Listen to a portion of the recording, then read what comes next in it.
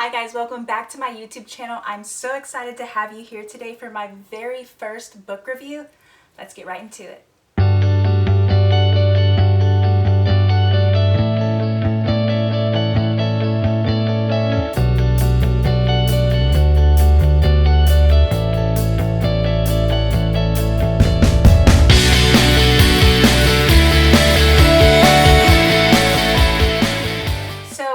Start doing these book reviews. Actually, God just kind of had the idea pop in my head and I was like, yeah, that sounds really good. Like, I know a lot of people who, they pick up a book and they want to review, or they review it before they read it.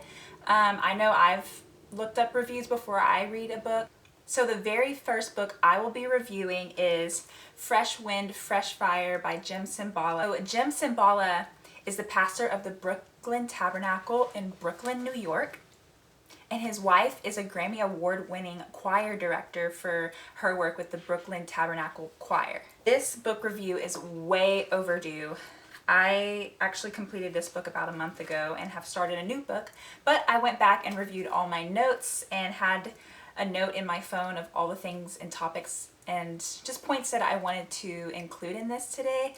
So don't worry, my mind is fresh and ready to give you a good book review. So I heard about this book years ago. I've been a Christian for 7 years now, a little over 7 years now, and I heard about this book about 3 or 4 years ago, and I wanted to read it then, but just didn't. At the job I used to be at, a guy who is a fellow believer as well, he brought just a ton of like cool self-help books, like spiritual books, Christian books, and this was one of them, and I was like, oh my gosh, I have to snag that because this is a book that I've heard about for so long and I need to read this.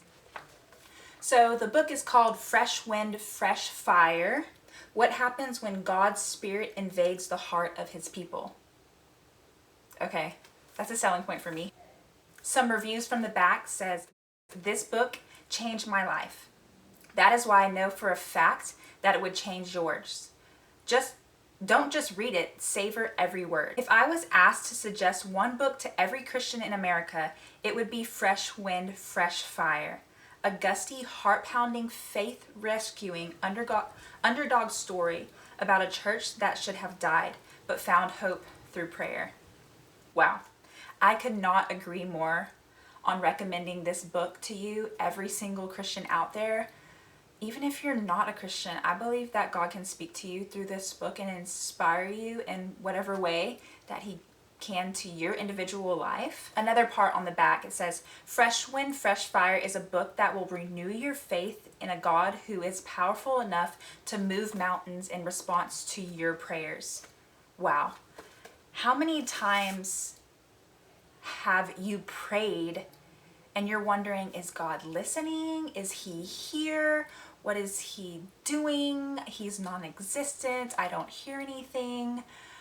But let me tell you, on the other side of that is people with testimonies, and I'm sure you have a testimony of how God has miraculously and ridiculously answered your prayer. I have some notes on my iPhone. So the truth is, I should have read this book earlier, but everything happens in God's perfect timing, and it was perfect timing that this book came into my life when I finally got the chance to read it. So this book talks a lot about radical transformation through prayer and through the Holy Spirit, which is what us as Christians should believe anyway. But somewhere along the lines, people just, their fire dies out. They're not as focused on prayer. They're not as faithful in prayer. They're not as believing in prayer. Even as Christians, sometimes we don't even believe our prayers. This book will make you think again. There's so many stories and so many testimonies in this book alone that make you go, wow. Sometimes you just hear like one major story in someone's life and you're like, wow, but no, this book contains so many miraculous testimonies that it will have you shook. homeless people being taken off the street, drug dealers committing their life to Jesus, someone walking into the church and saying, hey, here's this gun, I don't want to use it anymore. Whoop, sorry, spoiler alert. I'm trying so hard not to give y'all any spoilers, but only God can do stuff like that. Only the Holy Spirit can do stuff like that. Only Jesus can do stuff like that. I just dropped my phone. So, with that being said, this book, you guys, I cannot recommend it to you enough. I recommend the physical book. I think reading on a Kindle and like the Amazon Fire or whatever it is great and all, but this is just my own personal opinion. When you have it right here in your hands, for me, there's just something so special about it. I just want to talk about 3 major themes that I saw in this book that might spark your interest even more than what I've already shared. Is the devotion to prayer, the reliance on the Holy Spirit, and the church, flaws and all. Thriving or dying.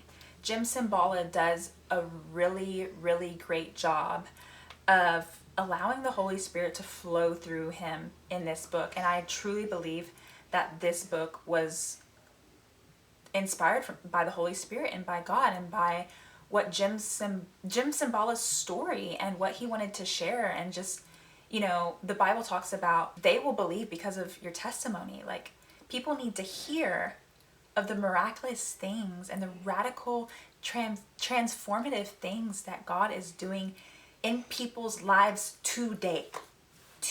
Yes, this book is talking about what it did then, but these same things that are in the Bible and in this book can happen today. So I do believe the Holy Spirit definitely inspired him to write this book. Jesus gave us the Holy Spirit to be our helper. And what a helper this book is. It's called the Trinity for a reason. It's not just God, Son. It's not just Son, Holy Spirit. It's not just God, Holy Spirit. It's God, Son, Holy Spirit. Jim Cymbala goes to say that the church has forgotten of prayer and forgotten about the Holy Spirit. And we need the Holy Spirit to be our comfort, to be our guide, to be our conviction, to prompt us, to nudge us. In my 3rd point, the church, flaws and all, Jim Cymbala does a great job of sparking concern or urgency in at least my heart, and I believe every person who reads this book has some sort of conviction, and conviction should bring change. And conviction is good when you need to change your ways, that we aren't focusing on the Holy Spirit enough and we aren't focusing on prayer enough in our lives. You know, I believe he calls out the church in a very tasteful, honoring and respectful way. Like, hey, we need to refocus. I just want to read maybe a couple quotes from the book, maybe just this one, but to every preacher and every singer, God will someday ask, did you bring people to where the action could be found? At the throne of grace? If you just entertained them, if you just tickled their ears and made them feel warm and fuzzy in the moment, woe unto you. At the throne of grace, I could have changed their lives. Jim Cymbala, Heather Savonne, insert your name. Did you just dazzle people with your cleverness, or did you make them hungry to come to me? Woo. Is the church today just dazzling people with their words, their lights, their worship team? It's time to refocus on the Lord, onto Jesus. It's time to refocus on the cross. Thank you so much for watching my book review. Go ahead and hit the subscribe button so you don't miss a video. I will be doing many more book reviews. You don't want to miss this next one. If you did like this video and you liked what I had to say and you liked my review, then let's start a conversation in the comments. If you've read this book, tell me what you got from it. Let's start a discussion. Let's talk about God. Let's talk about the church. Until next time.